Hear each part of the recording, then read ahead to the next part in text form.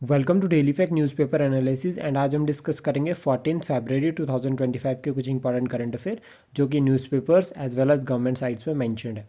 अगर हम बात करें टारगेट या अप्रोच की तो हम फॉलो कर रहे हैं प्रीलिम्स प्लस मेंस दोनों के लिए करंट अफेयर एक साथ, यानी कि हमारा टारगेट जो है वो क्विक रिवीजन की तरफ है। 10 से 15 मिनट में जो है वो हम कंप्लीट जितने भी करंट अफेयर इंपॉर्टेंट रहते हैं न्यूज़पेपर्स में उन सभी को कवर करते हैं। प्लस सोर्सेज की अगर हम बात करें तो न्यूज़पेपर्स में द हिंदू और Indian express, and government sites में अगर हम बात करें तो पीएबी और ऑल इंडिया रेडियो। प्लस हमारा फोकस प्रीवियस ईयर क्वेश्चंस पर भी है, जिस तरह से एग्जाम में क्वेश्चन पूछे गए हैं उसी तरह से जब हम करंट को प्रिपेयर कर रहे हैं ताकि हम एक यूनिक मल्टी डायमेंशन अप्रोच जो है वो लेकर चले। अगर आप हमारे साथ लाइव क्लासेस में जुड़ना चाहते हैं तो आप हमें कॉन्टैक्ट कर सकते हैं ऑन टेलीग्राम। तो सबसे पहले शुरुआत करते हैं आज की इस वीडियो को, और सबसे इंपॉर्टेंट टॉपिक रहेगा that is Arab League. Arab League आजकल रिसेंटली न्यूज़ में चल रही है, स्पेशली अगर हम बात करें with respect to the decision of the Donald Trump. तो उसके बाद जो यूएस के प्रेसिडेंट है उन्होंने डिसीजन लिया है रिगार्डिंग द गाज़ा क्राइसिस, जो गाज़ा में भी क्राइसिस चल रखे थे उसके रिगार्डिंग उन्होंने एक जो है वो डिसीजन एक स्टेटमेंट दी। तो उसके बाद अरब लीग जो है वो एकदम से एक्टिव हो गई ये। देन बेसिक हमें जो है वो समझना ज़रूरी रहता है क्योंकि अरब लीग हमारे लिए बहुत ज़्यादा इंपॉर्टेंट है क्योंकि इंडिया इसका ऑब्जर्वर मेंबर है। तो अरब लीग एक वॉलेंट्री एसोसिएशन है और इसमें वो कंट्रीज इन्वॉल्व है जो कि अरबिक जो है वो लैंग्वेज को बोलते हैं। तो यानी कि इसकी जो ऑफिशियल लैंग्वेज है वो भी अरबिक ही है। और जनरली अगर हम बात करें इसमें तो मिडल ईस्ट और अफ्रीकन नेशंस जो है वो मेंबर्स है इसके। फॉर्मेशन अगर हम बात करें तो 22 मार्च 1945 को जो है वो ये बनाई गई थी। 6 जो है वो इसमें फाउंडिंग मेंबर थे, Egypt, Iraq, Jordan, Lebanon, Saudi Arabia और सीरिया। हमें याद रखना है कि यमन ने जो है वो बाद में ज्वाइन किया है 5 मई 1945 को। यमन जो है वो पहले फाउंडिंग मेंबर नहीं था। इसका जो मेन एम है स्ट्रेंथन करना कॉपरेशन और कोऑर्डिनेशन को अमंगेस्ट अरब मेंबर, यानी कि जो अरब वर्ल्ड है उसके वेलफेयर को प्रमोट करना जो इसका मेन टारगेट है। इसमें ये क्लियरली जो है वो अपोज करते हैं ज्विस जो स्टेट है उसको, कहाँ पर, पैलेस्टीनियन की जो टेरिटरी है वहाँ पर, यानी कि ज्विस जो इसराइल है ये इसराइल को एक्सेप्ट नहीं करते हैं। एक तरह से हम इस तरह समझ सकते हैं। देन उसका हेडक्वार्टर अगर हम बात करें तो इजिप्ट में है। और मेंबर्स अभी प्रेजेंट टाइम पे बात करें तो 22 मेंबर्स है। एंड ऑफिस अगर हम बात करें ऑब्जर्वर स्टेटस तो इंडिया, ब्राज़ील, इट्रिया और वेनेजुएला, इन चारों के पास जो है वो ऑब्जर्वर स्टेटस है अरब लीग का। तो इसलिए हमारे लिए बहुत ज़्यादा इंपॉर्टेंट है। नेक्स्ट उसके बाद है पब्लिक अकाउंट कमेटी, ये भी आजकल न्यूज़ में चल रही है। One of the oldest parliamentary committee है जिसको बनाया गया है 1921 में। जो हमारा गवर्नमेंट ऑफ इंडिया एक्ट 1919 था उसके तहत जो उसको बनाया गया था 1921 में। और मेन टारगेट क्या है, constituted for the purpose of auditing the revenue and the expenditure of the government of India. Revenue और एक्सपेंडिचर को ऑडिट करते हैं ये सरकार का, गवर्नमेंट ऑफ इंडिया स्पेशली। और इसमें ये एग्जामिन करता है रिपोर्ट ऑफ सीएजी की अगर हम बात करें तो आर्टिकल 148 में मेंशन्ड है। पर प्लस आपको कमेंट बॉक्स में बताना है कि जो प्रेजेंट सीएजी है वो कौन है, इसका नाम आप उनका उनका नाम जो आप कमेंट बॉक्स में बता सकते हैं। आर्टिकल 148 से लेकर 151 तक जो वो लिंक करता है सीएजी के साथ। मेंबर्स अगर हम बात करें पब्लिक अकाउंट कमेटी में तो टोटल जो है वो 22 मेंबर्स होते हैं, जिसमें 15 जो है वो लोकसभा से होते हैं और 7 जो है वो राज्यसभा से होते हैं। ये टोटल मेंबर्स जो है वो इलेक्टेड होते हैं, और इलेक्टेड कैसे होता है, सिंगल ट्रांसफरेबल वोट के थ्रू। टर्म जो है वो 1 ईयर रहती है और मिनिस्टर इसका मेंबर नहीं बन सकते। तो हमें याद रखना है कि इस कमेटी का मेंबर मिनिस्टर्स नहीं बन सकते हैं। देन उसका नेक्स्ट टॉपिक है दैट इज़ एमपॉक्स या मंकी पॉक्स। ये जूनोटिक वायरल इलनेस है, आजकल न्यूज़ में काफ़ी चल रही है।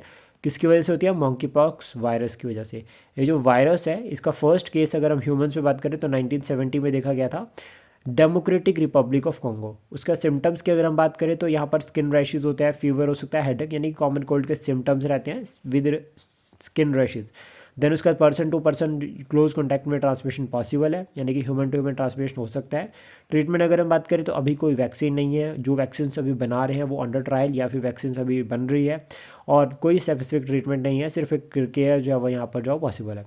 देन एंडेमिक है सेंट्रल अफ्रीका और ईस्ट अफ्रीका में। ये जो वायरस है मंकी पॉक्स डिजीज़ है ये एंडेमिक है कहाँ पर, सेंट्रल अफ्रीका और ईस्ट अफ्रीका में जो है वो एंडेमिक है। उसके बाद नेक्स्ट है मित्रा प्लेटफॉर्म। मित्रा प्लेटफॉर्म अगर हम बात करें तो सेबी ने इंट्रोड्यूस किया है, security exchange board of India. इसको बनाया गया है 1992 में। ऑफिशियली तो बनी ये 1988 में थी, लेकिन इसको स्टैट्यूटरी रिकॉग्निशन जो 1992 में मिली सेबी एक्ट के अंडर। मित्रा प्लेटफॉर्म की अगर हम बात करें तो mutual fund investment tracing and retrieval assistant ये एक तरह से असिस्टेंट की तरह है म्यूचुअल फंड इन्वेस्टमेंट के रिगार्डिंग, और ये असिस्ट करेगा इन्वेस्टर्स को इन ट्रैकिंग एंड रिक्लेमिंग इनएक्टिव और अनक्लेम्ड म्यूचुअल फंड्स फोलियोज। जो अनक्लेम्ड या इनएक्टिव म्यूचुअल फंड फोलियोज है उसके लिए जो है वो ये ट्रैक करेंगे, और रिक्लेम के लिए जो है वो हेल्प करेंगे, असिस्ट करेंगे इन्वेस्टर्स को।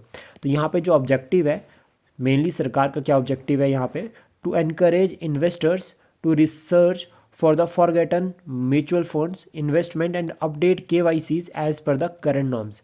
तो देखो ये एक तो KYC अपडेट्स के लिए है कि हम जो है वो मॉडर्न टर्म्स के अकॉर्डिंग जो है KYC को जो अपडेट कर सकते हैं, प्लस किस तरह से जो है म्यूचुअल फंड में इन्वेस्ट करनी है उसके लिए प्रॉपर जो है वो असिस्ट करेंगे, एनकरेज करेंगे इन्वेस्टर्स को। नेक्स्ट उसके बाद है हिंदौन रिवर। हिंदौन रिवर काफ़ी न्यूज़ में चल रही है, और ये जो है वो सिल्ट की वजह से न्यूज़ में रहती है और काफ़ी ज़्यादा इंपॉर्टेंट रहती है, पोल्यूशन की वजह से भी ये न्यूज़ में है काफ़ी। ये यमुना की ट्रिब्यूटरी है, तो हमें याद रखना है हिंदौन किसकी ट्रिब्यूटरी है, यमुना की। ये एक मानसूनल रिवर है, यानी कि मानसून सीजन में काफ़ी एक्टिव रहती है। ओरिजिन यूपी में हो रखा है, कहाँ पे, सहारनपुर शिवालिक रीजन में। शिवालिक रीजन में उत्तर प्रदेश में इसका ओरिजिन है, और इससे कहा जाता है कि 800 मीटर के अराउंड जो है इसका ओरिजिन हो रखा है हाइट के, अगर हम सी लेवल से हाइट की बात करें। ज्वाइन करते हैं यमुना नदी को कहाँ पर, नोएडा में। लेकिन उससे पहले ये जो इंडस्ट्रियल रीजन है उत्तर प्रदेश का उसको क्रॉस करती है।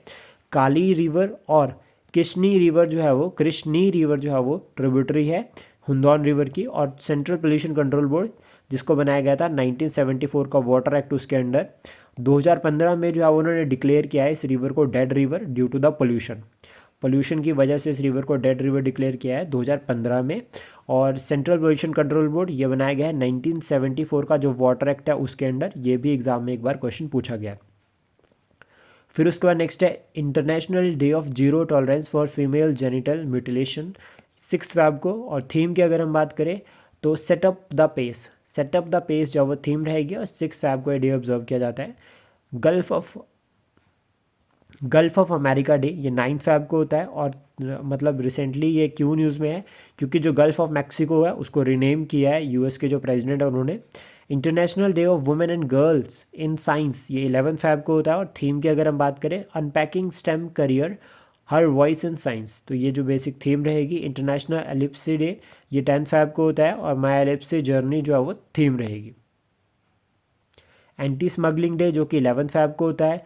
Inaugural Olympic e sports games 2027 की अगर हम बात करें तो इसको होस्ट करेगा रिहाद। 14th एशियन फिशरीज फोरम 2025 ये न्यू दिल्ली में हुआ। 39th जो नेशनल गेम्स है 2027 की उसको कौन होस्ट करेगा, मेघालय।